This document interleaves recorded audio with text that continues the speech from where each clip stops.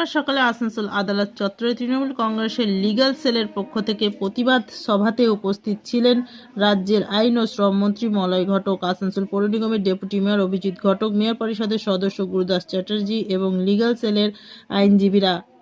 SIR নিয়ে কেন্দ্রীয় সরকারের বিভ্রান্তিমূলক কাজের প্রতিবাদে সভার আয়োজন করা হয়েছে।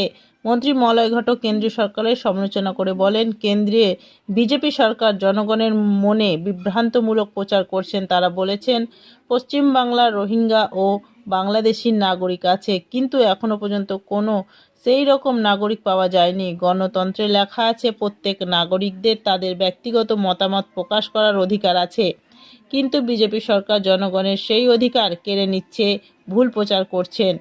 তারা বলেছিলেন, সারা দেশে 2 কোটি বেকারের চাকরি ও প্রত্যেক নাগরিকের ব্যাংকের টাকা পাঠানো হবে, কিন্তু 14 বছরেও চাকরিও হয়নি ও টাকাও আসেনি এবং বর্তমানে এসআইআর নিয়ে বিভ্রান্ত করছেন।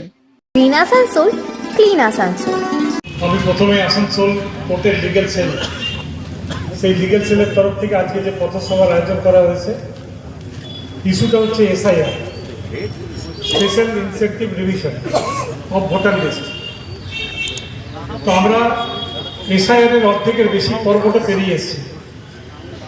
ইতিমধ্যে আসানসোল উত্তর বিধানসভার প্রথম দফাতে 42,000 নাম বাদ গেছে, তার মধ্যে 13,000 মৃত ভোটার বাদ যেতেই পারে।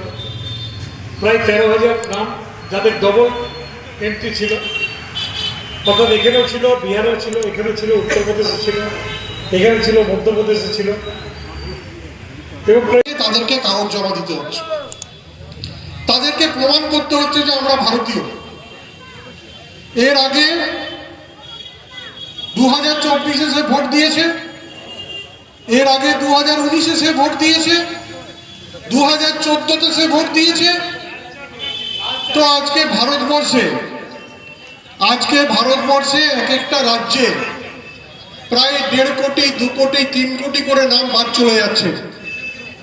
তাহলে ভারতবর্ষে এতগুলো রাজ্য আছে, সেইটা যদি আমরা যোগ করি তাহলে আপনারা দেখতে পাবেন যে হয়তো প্রায় 30-40 কোটি লোকের নাম বাদ চলে যাবে। এবং যদি 30-40 কোটি লোকের নাম বাদ চলে যায়, তাহলে আজকে যে সরকারটা কেন্দ্রীয় রয়েছে